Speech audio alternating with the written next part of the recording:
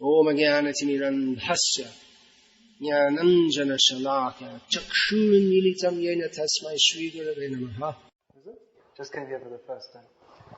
He was kindly quoting from one of the books I wrote, which he kindly took the trouble to read. I wrote one book called A Message to the Youth of India, and in so he was noting that in that book I'd made a comment that superficially India got independence from the British, but actually the modern Indians are more slaves of the Western mentality, more Western than the Westerners. So the existence of this institute is a sign that things are turning round again. Our other professor from Mathura, your good name? He's a Goswami. You're a Vallabh Sampradaya, Goswami? Prabhu, I belong to Radha Radharaman Temple. Hare Krishna. So you're... Oh, very nice. So, I just noted as when I came here, of course he's from a very great Gauriya Vaishnava lineage, which actually our ISKCON, our International Society for Krishna Consciousness, our heritage, our great acharyas, Bhakti Siddhanta Saraswati Thakur, Bhakti Vinod Thakur, they all have links with that Vishvambarananda Goswami in the turn of the 19th, 20th century. He was traveling in North India with Bhakti Vinod Thakur, who's our spiritual great-grandfather. So anyway, I was just noting that, of course that's his Vaishnav culture, but as I was coming to meet you, he was offering respects to me by bowing down on the ground. So I was just noting I was first in India in the 1970s. And in those days it was quite different. I mean, I must say I'm very happy with the respectful welcome you've given to me. I don't deserve any respect, but as a matter of formality at least, because I'm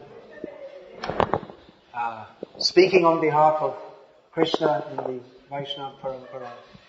So that should be done, that respect should be offered.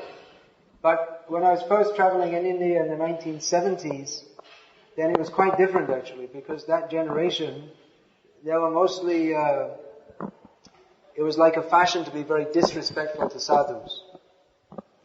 So times have changed.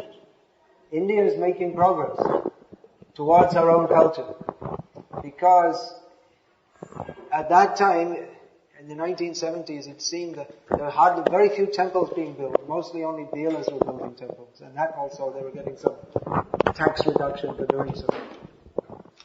And at that time, it seemed that most young Hindus, they wouldn't like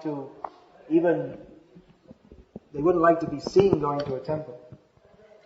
So times have changed.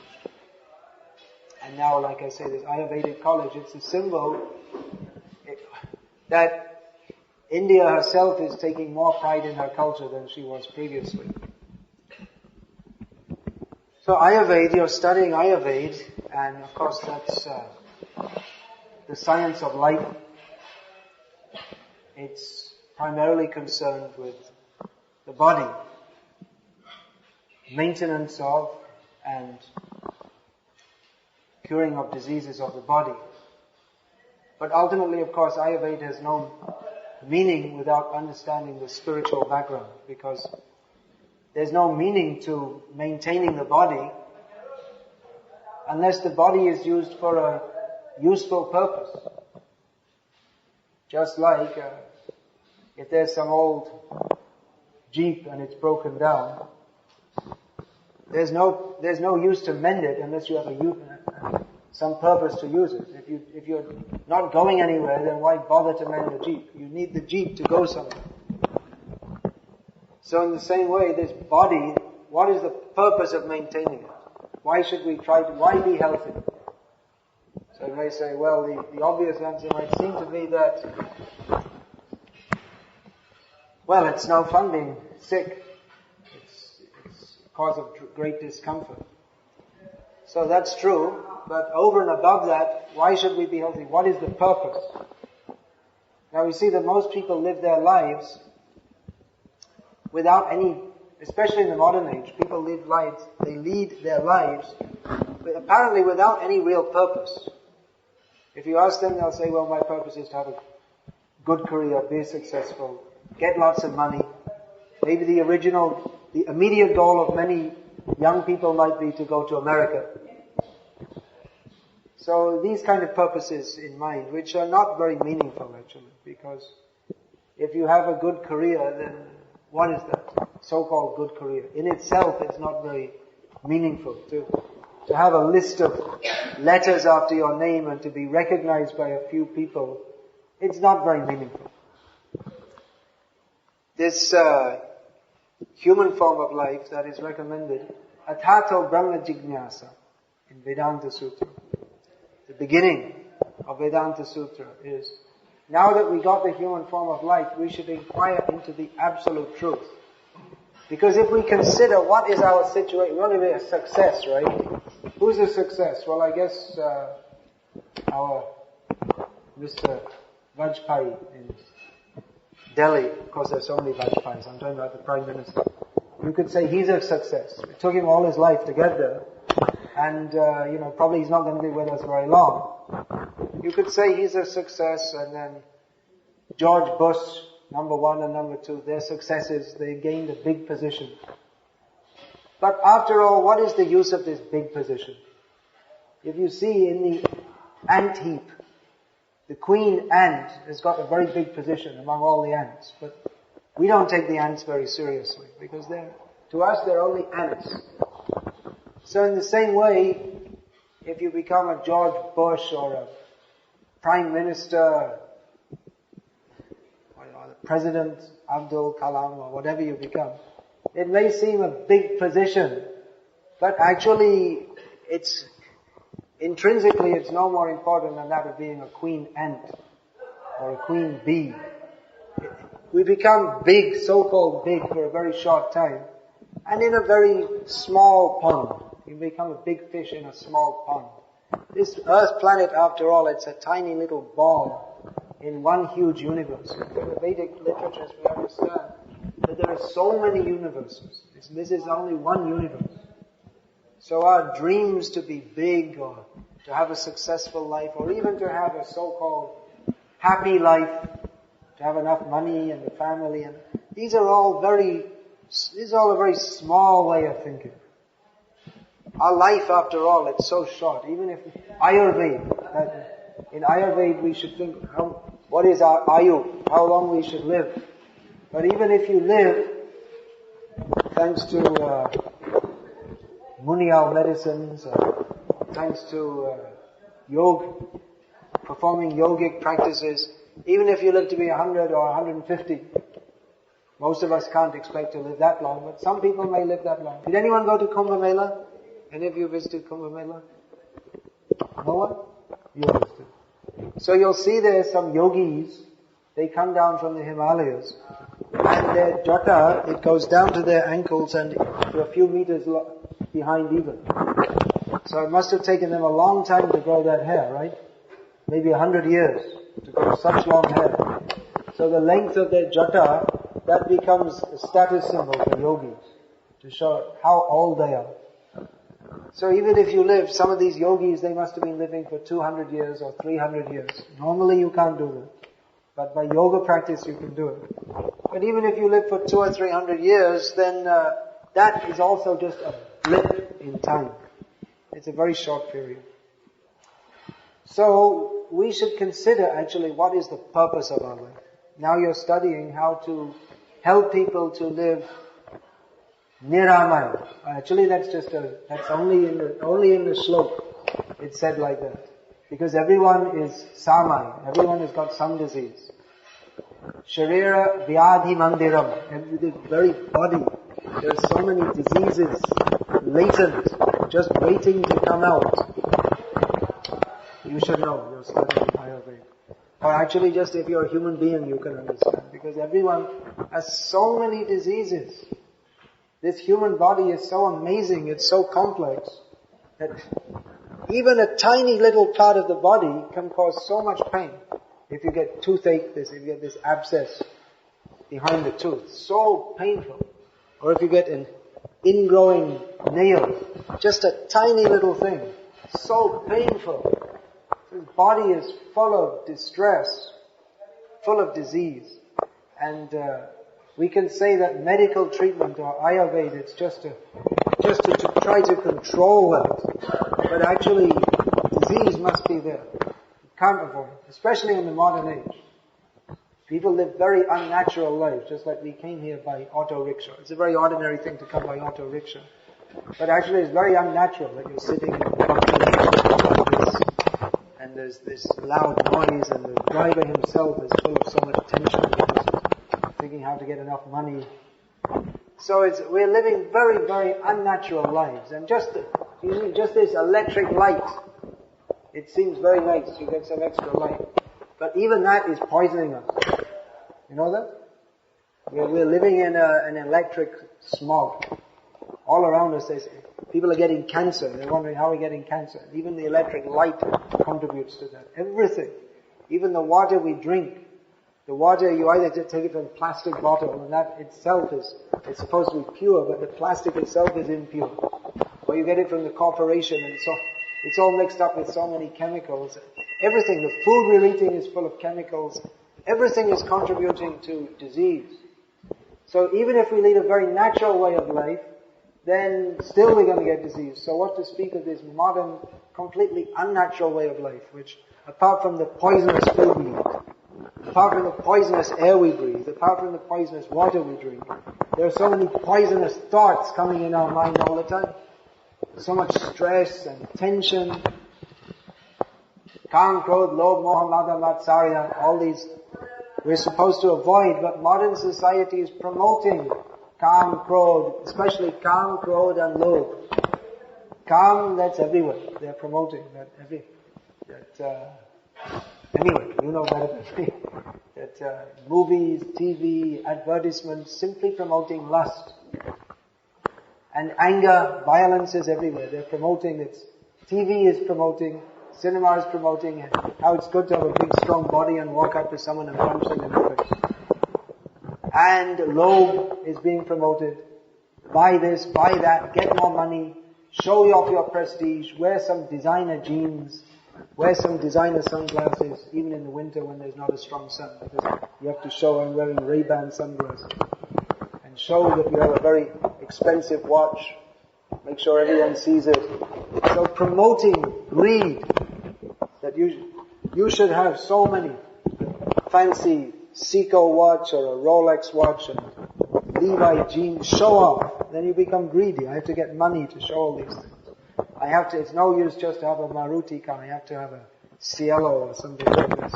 So in this way, lust, anger and greed are being promoted. So this creates poison actually in the consciousness. And that itself leads to so many diseases. Poisoned consciousness. So many diseases are going to come. So Ayurveda, we can say that is just to try to manage, to try to keep it under control. But by nature, there is disease in material life. Actually, you are quoting that this very body is a symptom of disease. What is that disease? Bhavarog. Bhavarog means the disease of getting born. Getting born itself is a disease. What is the disease? The disease is that we are in material consciousness. This is the first psychosymptomatic disease, is the body itself. Because we're in contaminated consciousness, we get a body. Therefore, that is recommended that one should try for moksha. Moksha means that your consciousness becomes purified and then you don't get any body. No more material body. So this is the purpose of the Krishna conscious movement actually. To bring the dynamic spiritual understanding to all fields of study. But Ayurveda actually needs this. Ayurveda without this spiritual understanding, Ayurveda is nothing. Without understanding that the body is only the tabernacle of the soul, and ultimately the soul is more important than the body. That is required to be understood. And even from a practical point of view of treatment, that if doctors, if they tell their patients that whatever you're doing, whatever your disease may be, that you have to take up spiritual life. Actually, the doctors should be gurus. They should instruct people that the cause of all your problems, actually, it may be your eating habits, it may be your lifestyle, it may be your drinking habit, whatever it may be. But the ultimate cause of all our diseases is lack of knowledge of our spiritual existence.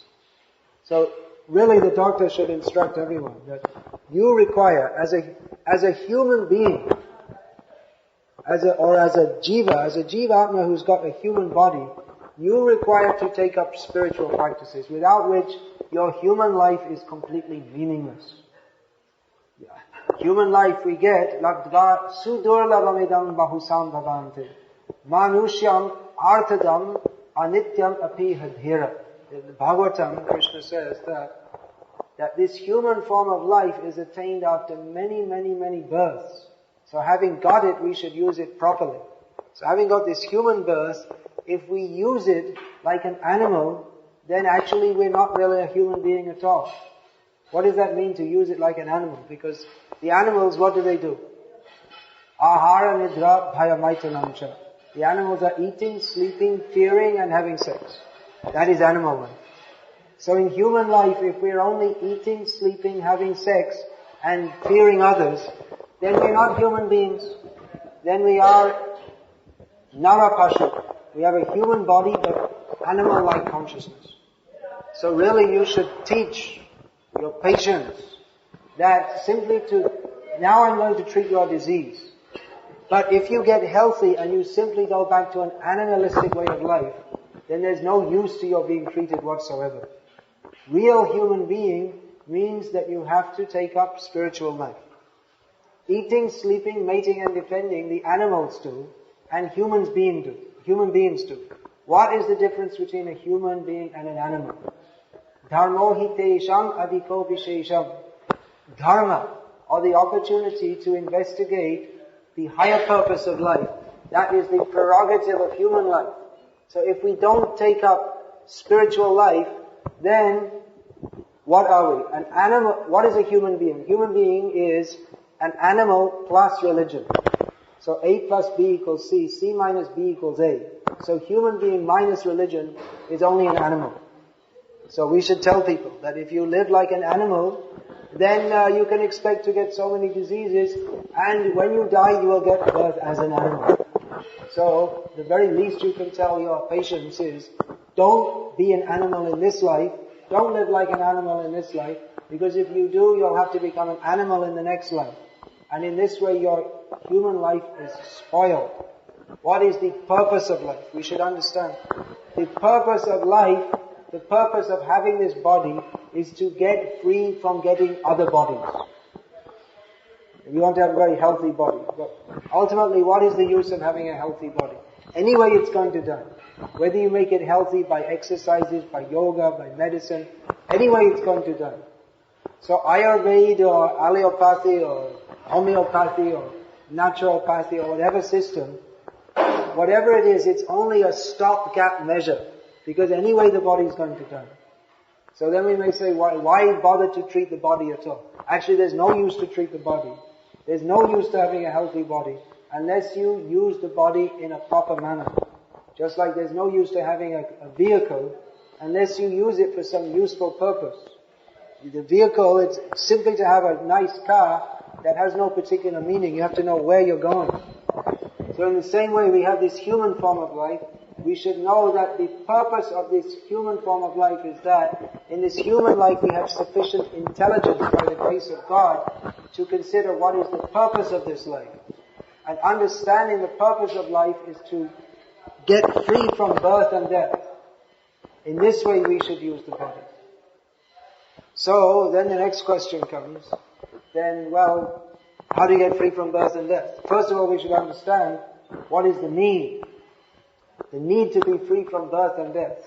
That there's no use to living a healthy life if you're simply living for the sake of animalistic sense gratification. There's no use. So, human life is meant for self-realization. This we should understand. To understand actually who I am. Am I this body or am I something else? Usually if I ask you, who are you? What will you answer? Who are you? Can you answer? You should be able to answer. Who are you? Who are you? What is your name? Antabret Singh. So Singh, that means you would be identified with Kshatriya caste from North India, presumably. Alright, so now, please sit down. So now we have understood that you are Mr. Singh from North India. This much you've understood. And you can also say, I am a student of Ayurveda. But is that really you? How old are you? 20, okay. So you're 20 years old. Then we may ask, where were you 25 years ago?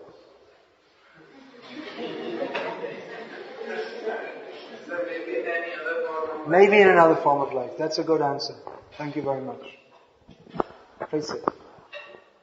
So you've understood that the identification you have with this body, I am Mr. Singh from North India, I am a student of Ayurveda. So this is only temporary. That I existed before this body, and after this body ceases to exist, I shall continue to exist. So can you all accept that? At least theoretically. Can you accept that? Your nice body, now it's nice, you're young, but after some time all the lines will come. Sorry, it happens to everyone. So, this body is temporary, but I am eternal. Can we accept that? Yes? No? Maybe? Yes? I am eternal. If this body is me, then really life is very meaningless. Because like I say, it's just a very short time we're in this body. The first thing we have to understand, this we understand from Bhagavad Gita and from all the Shastras, is that the soul is eternal. I am the soul. I am not the body. So that's good news, because the body is temporary and it's full of suffering. So then, the purpose of life is to understand what is my actual position. Who actually am I? We're working so hard for this body. Let me get a degree. Let me get a good job. So much time we work to get some position for this body. We get a house, we get a car, we get so many things. But ultimately, within actually a very short time, this body is going to be finished. So real intelligence is to consider, what is my life beyond the existence of the body? What is my eternal life? How can I act in a manner that will be for my eternal benefit? Now you're acting for your future benefit, isn't it? Studying means you're acting for your future benefit. Probably, if you had the chance, you wouldn't study at all. If you had enough money, maybe you just go to parties, or I don't know what you'd like to do, something like that. You just enjoy it. But you're studying because you're thinking, well, I have to get a job, I have to do something to maintain my body and my future family, like that. But if we consider that this is all very temporary, so I should act, of course we have to act for this life also, but we have to consider what is our eternal benefit, that this body will drop down dead fairly soon. If we live to be 70 or 80, it's not much time. I'm just thinking now, I'm 46. So I'm thinking, maybe I have 20 years. Maybe. It's not much time. If I think of the last 20 years, it's not like that. So, we don't have much time. So, how can I act in a manner that will be for my eternal benefit?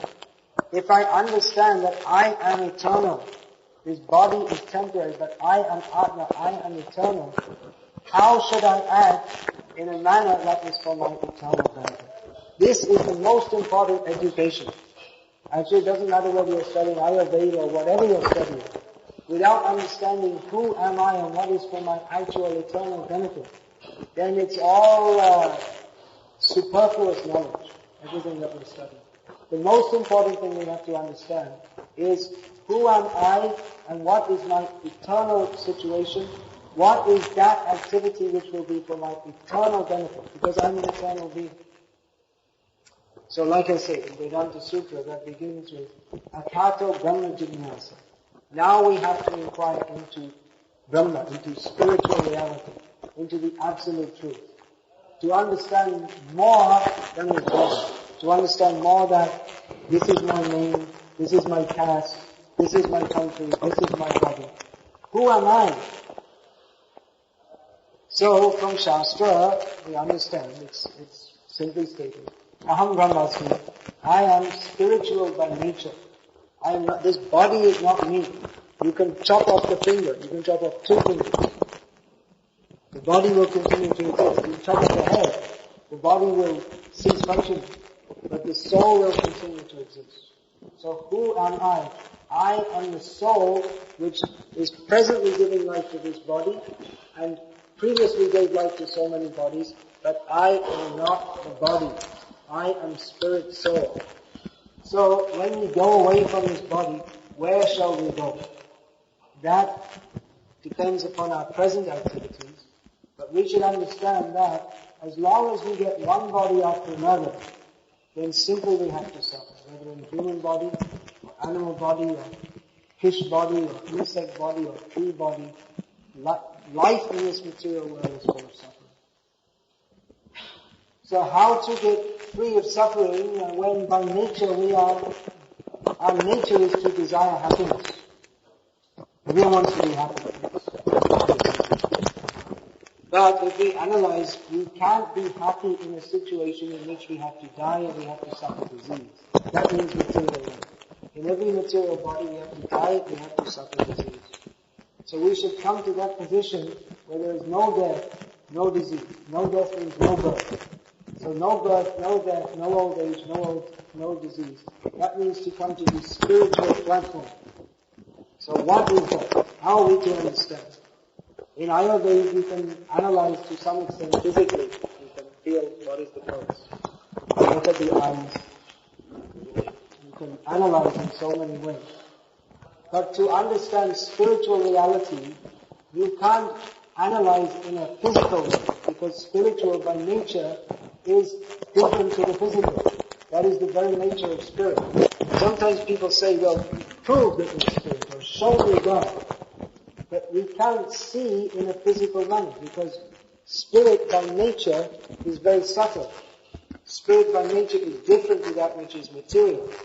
But we can understand the presence of the spirit by the very presence of life within the body.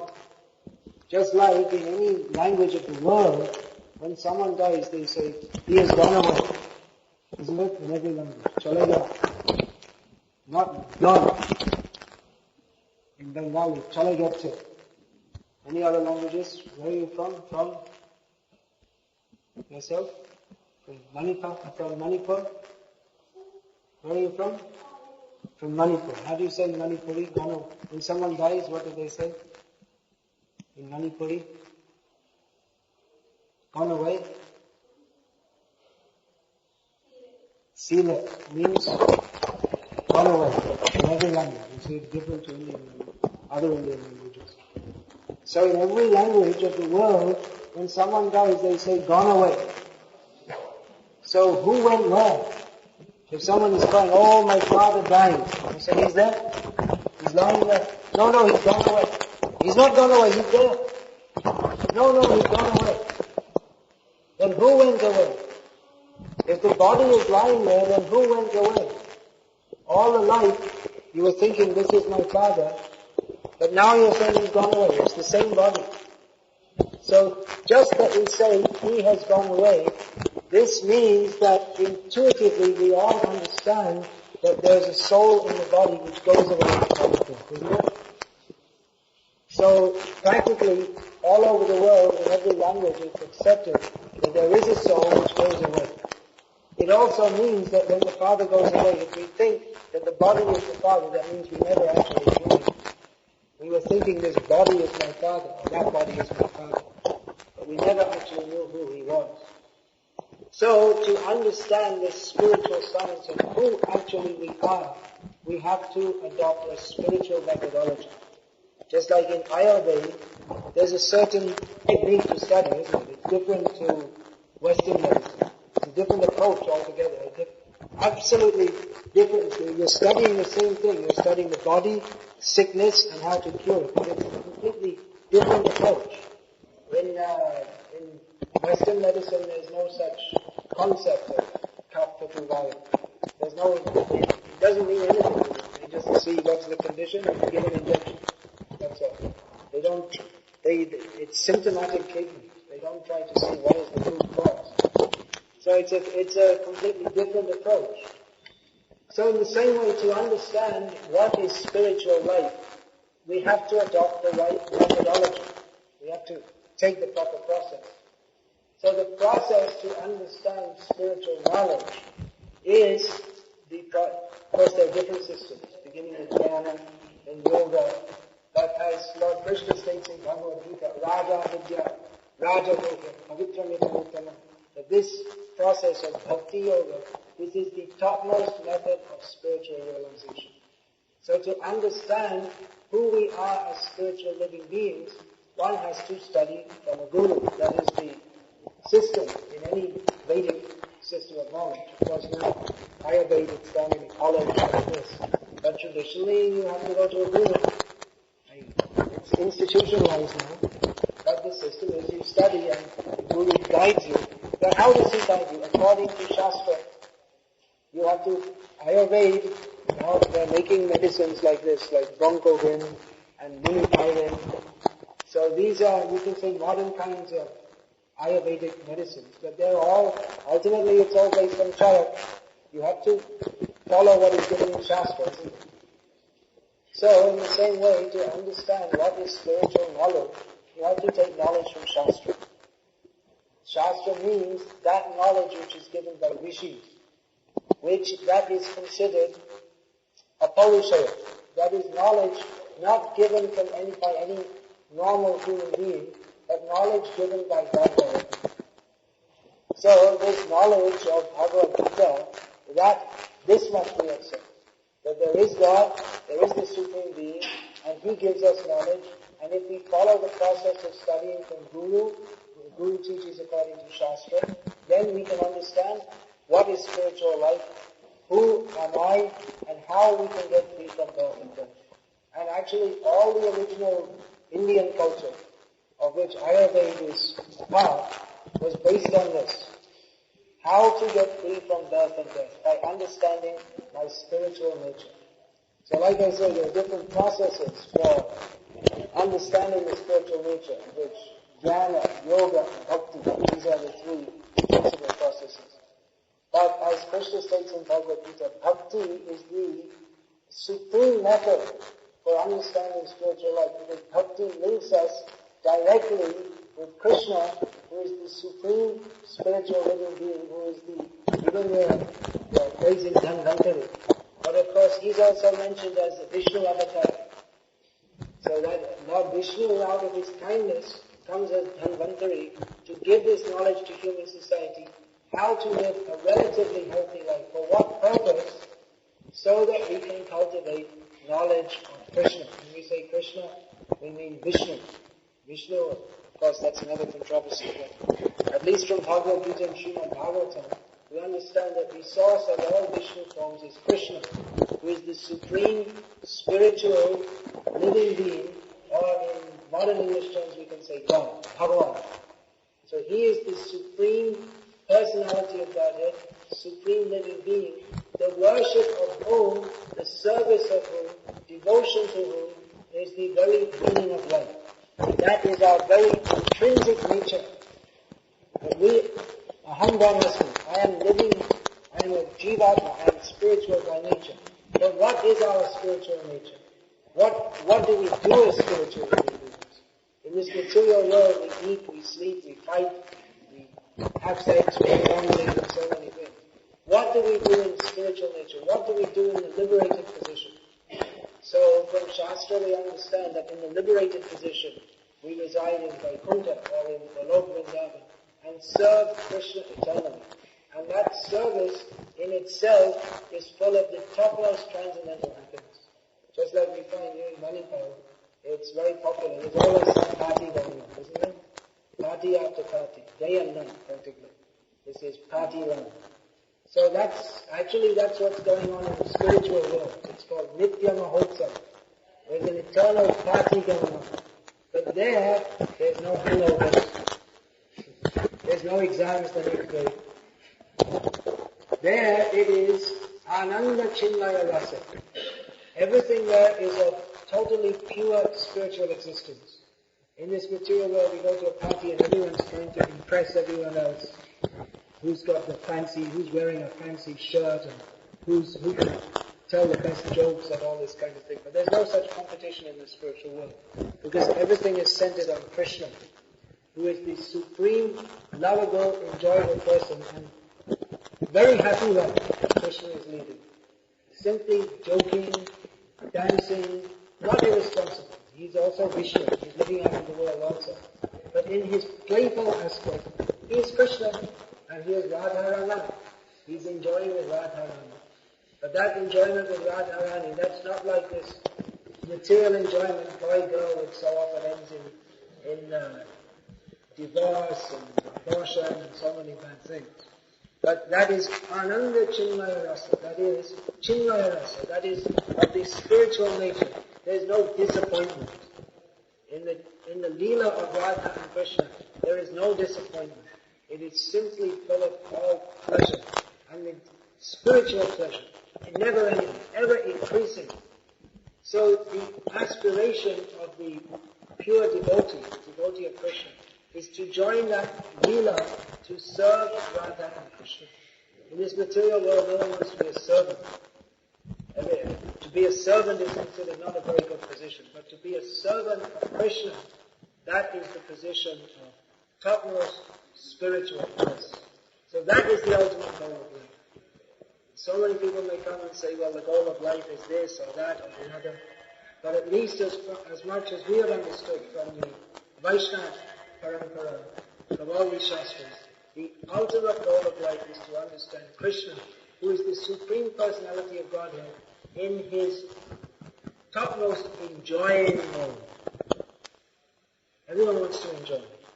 Real enjoyment is with Krishna in the spiritual world. So the purpose of life, or the purpose of having a healthy body, is not simply to be healthy for its own sake, but so that we can cultivate our original consciousness, Krishna consciousness. We can cultivate this understanding that I am the eternal servant of Krishna, who is the supreme, blissful enjoyer. I'm meant to be with Krishna. I'm meant to be eternally happy. I'm meant to be 24 hours eternally in a party with Krishna. In a party with no disappointment. Only ever-increasing bliss. That is the nature of the spiritual world. So in this material world, if we are to take up this spiritual development of Krishna consciousness, we have to lead a very pure life. That's also, I agree. You can also recommend that if we lead even from the material point of view, a pure life, just like in our Krishna conscious movement, no meat eating, no garlic or onions. That's also Ayurveda. Modern medicine is recommending garlic. From what I know in Ayurveda also, that's not recommended. Or in Shastra in general, that's not recommended. So, pure diet. Of course, we take Krishna Prasad, food offered to Krishna.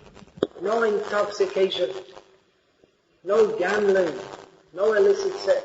Sex is for procreation of children within marriage. Live like a gentleman. Like this. So lead a very pure life and cultivate bhakti sadhana. In human life, everyone should have some sadhana. Traditionally, in Indian culture, everyone was following sadhana. Everyone would rise early in Brahma Muhurta before dawn and take a bath, and everyone would do some puja, some japa, some dhyan, something like this. Nowadays, people are getting up as late as possible, 10 o'clock if possible. Otherwise, 8 o'clock or 7 o'clock, as late as possible. But this is actually, even from a health point of view, it's not good. What do you say? The early morning hours, that is, if we rise in that time, that is good for spiritual health, mental health, and physical health also. Whereas if we sleep through the dawn, actually according to Shastra, if you sleep through dawn, that in itself is sinful. That even before you start your day, the failure to rise early in the morning is considered sinful. So, in English they say, early to bed, early to rise makes a man healthy, wealthy, and wise. So we should rise early and cultivate spiritual life. There's no better way to start the day. In the morning when it's very peaceful and the nectar is coming down from the heavens, the whole atmosphere is so charged with sattva guna. This is the time for practicing spiritual life. And then in the day, whatever we may be doing, and then again in the evening, before taking rest, again we should cultivate spiritual life. This is the best way to live human life. So we're not saying that everyone has to shave their head and become like us. But whatever you're doing, be a doctor, but we should understand that the ultimate purpose of this body is only a spiritual purpose. Simply to have a healthy body in and of itself is of no value. Because you see, there are many buffaloes and pigs that have very healthy bodies, but they're not elevated in consciousness. So the purpose of having a healthy body is only to assist the development of consciousness, ultimately from spiritual consciousness to Krishna consciousness. So we are recommending from Shastra, from our own experience, that the best method of spiritual realization, which gives purpose to life and is recommended in Shastra, is Bhakti Yoga, and especially in this Kali Yuga, Hare Nama, Hare Nama, Hare Nama, Eva Kevalam, Kalo Nasteva, Nasteva, Nasteva, Zakiranyata. In this Kali Yuga, there is actually no other way of spiritual realization but to chant Harinam, the names of Lord Hari, which was what we were doing, and you were very kindly joining with us. So we may request you to please continue chanting Hare Krishna. That will be for your tremendous benefit. The human life becomes enriched and becomes purposeful by chanting Hare Krishna and by understanding our relationship with Krishna. So this is only a very brief introductory talk. We have a few books here which describe this subject matter in more detail. So we would request that you could take some of these books, try to understand this in more detail. Yeah. That science of self-realization, we have a few books here, Bhagavad Gita as it is, Atma Sakshatkar Ka Vigyan, very nice book. Yes, Teachings of Lord Chaitanya in Kannada. The scientific basis of Krishna consciousness. Raja Vidya, I was just saying, quoting it. Janma or Mrityu Se Pare, all these different books. So does anyone have any questions about this? Please.